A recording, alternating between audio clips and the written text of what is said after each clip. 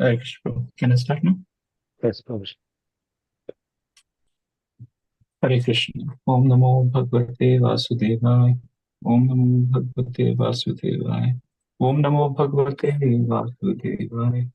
Narayanam Namaskritya Naram Chaiva Narottamam Devim Saraswatim Vyasam Tato Jayamudiraye Punatam Swakatha Krishna Purneshravan Kirtana Hridayantastoya Bhadrani Vidunati Suratsatam Nashtaprayashu Abhadreshu Nityam Bhagavata Sevaya Bhagavati Uttam Shloke Bhaktirabhavati Nashtaki. So we are reading from Srimad Bhagavatam, 4th canto, 8th chapter. There are two verses for today, verse number 34 and 35. Verse number 34. Gunadhikan mudam lipse anukrosham gunadhamat maitrim samanat anvichena tapera bhibhuyate. Translation. Every man should act like this. When he meets a person more qualified than himself, he should be very pleased. When he meets someone less qualified than himself, he should be compassionate towards him. And when he meets someone equal to himself, he should make friendship with him. In this way, one is never affected by the threefold miseries of this material world. Generally, purport by Srila Prabhupada ki jai. Generally, we find someone more qualified than ourselves, we become envious of him.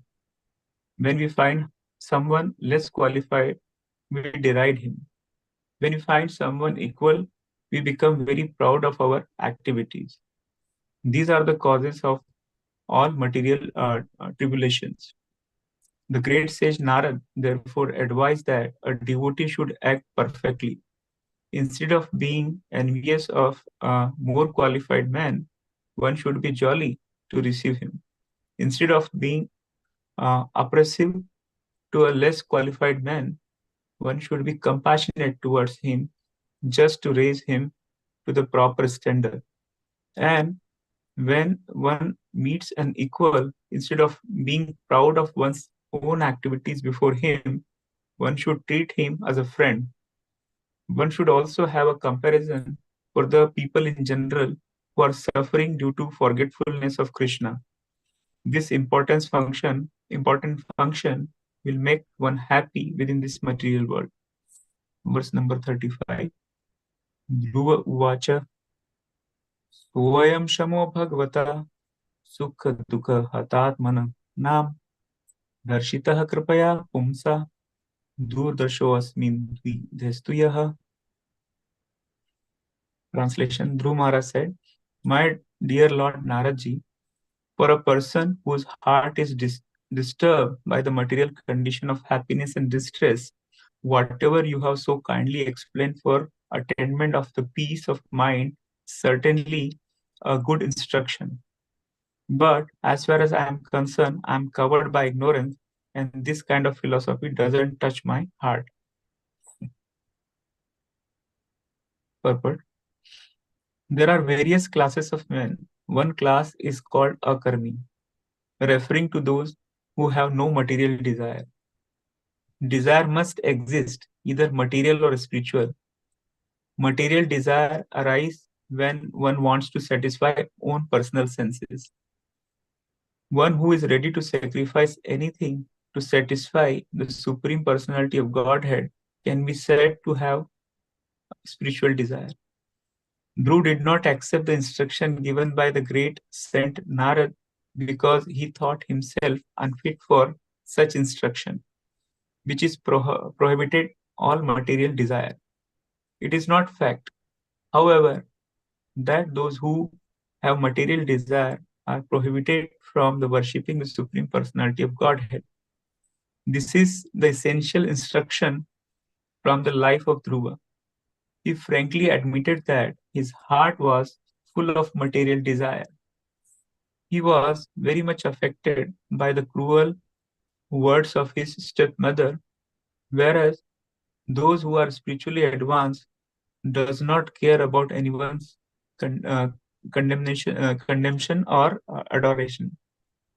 In Bhagavad Gita, it is said that the person who are actually advanced in the spiritual life do not care for the dual behavior of the material world. But Dhruv Maharaj frankly admitted that he was not beyond the affliction of the material distress and happiness. He was confident that the instruction given by the Narad was valuable. He yet could not accept it. The question raised here is whether or not a person afflicted by the material desire is fit to worship the Supreme Personality of Godhead. The answer is that everyone is fit to worship Him. Even if one has many material desire to fulfill, he should take care to Krishna consciousness and worship the Supreme Lord Krishna, who is so merciful that he fulfills everyone's desires.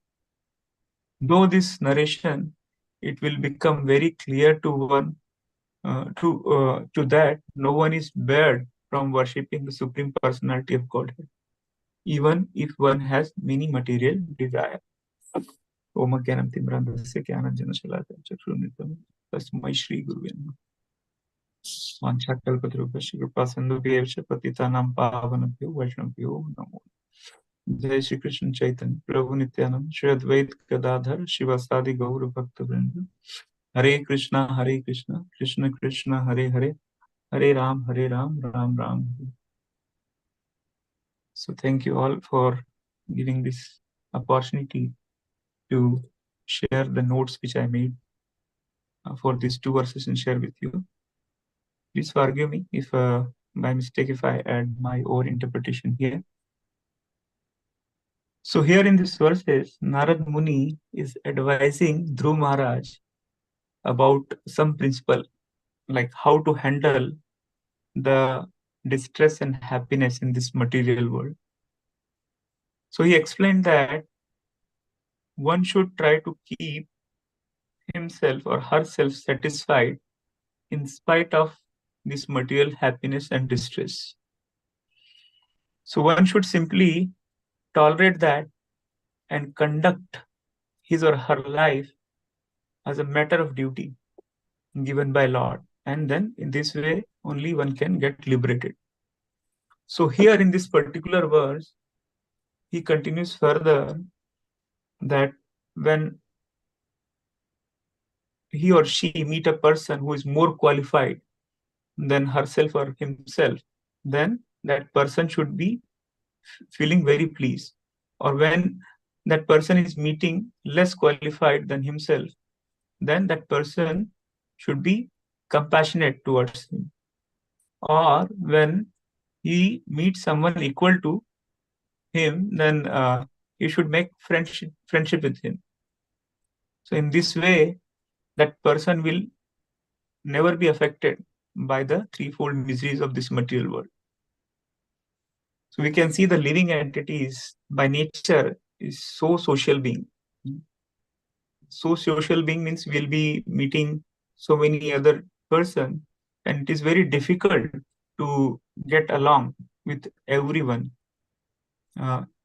What to speak of these material activities, but even the spiritual practice also, it is very difficult to get along with the devotees. So many problem comes. So how to deal with all those problems? Narad Muni prescribes something here which we can take and we can easily manage. So if we simply learn the two things, respect and tolerance. So how to respect everyone?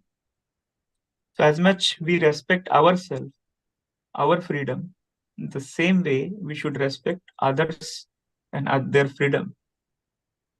So as long as we develop the quality called tolerance, then when our desire clashes with other devotees' desire, and there would be a friction. And that friction, we should learn how to tolerate that. Because we are not the ultimate controller of every moment of our life or others' life. But if someone does not learn how to tolerate, he becomes very disturbed. in material life also, in spiritual practice also, we many times we see is like we ourselves become disturbed, or we see other person is becoming disturbed. Because why? Because we always think about the ideal situation. And according to us, like ideal situation is that nobody should disturb me. What I'm doing, I should keep doing that. The whole world, that is our assumption, the whole world should work in such a way that nobody should disturb me. So that is the ideal situation. If everybody in a society thinks like that, then what happens to the disturbance that actually comes? Nobody will be tolerating each other in that case. So there is a spiritual world where all the desires are harmonious because there is a common center, Krishna.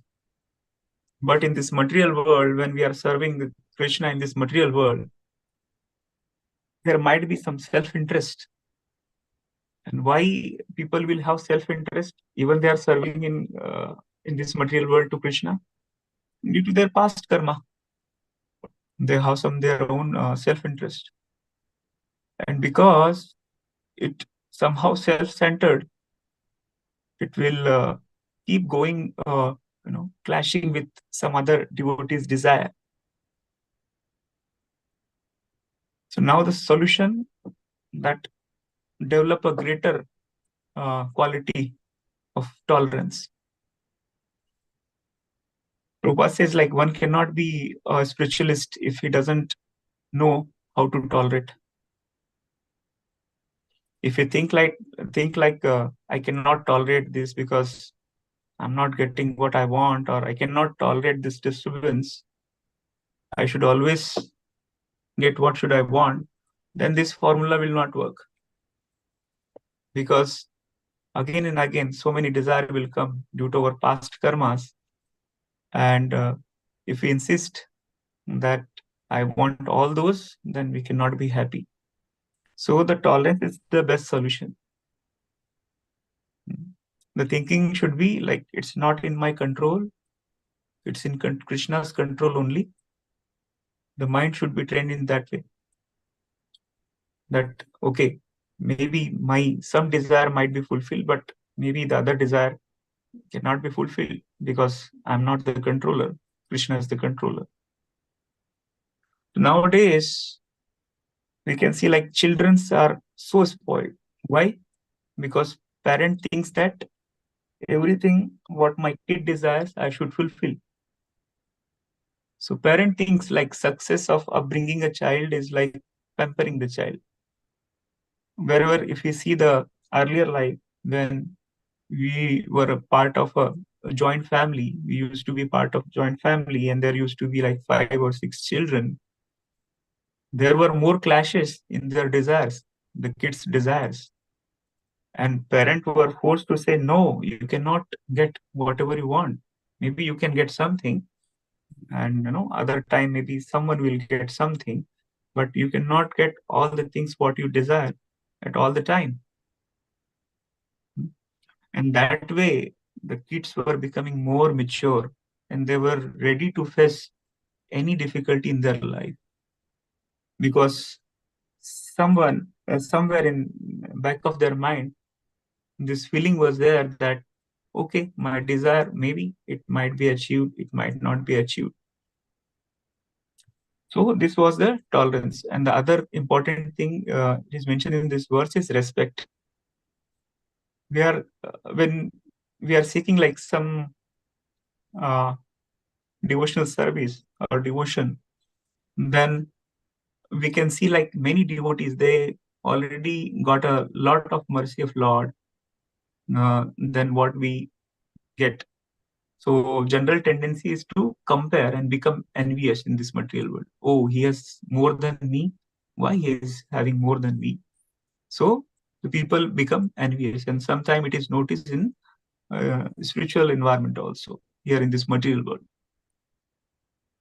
But it is said that we should be pleased to see if someone is having more mercy than us, rather than become envious. So what happened when we become pleased? Then there is a flowing of mercy from that person to us. The Lord's mercy will flow from that person to us. But if we are envious, then how that mercy from that devotee will flow on us, the Lord's mercy. So this is very important principle. So we should control this force of envy by comparison in a positive way. So we can still compare. Okay, this devotee has more mercy, I have less mercy. But that comparison should not go wrong. You can compare and you can determine, yes, I get so many things from this person. I can get so many things from that person. Whatever quality he's possessing, I can get those qualities from this person. Not by snatching anything from that person, but by serving that person.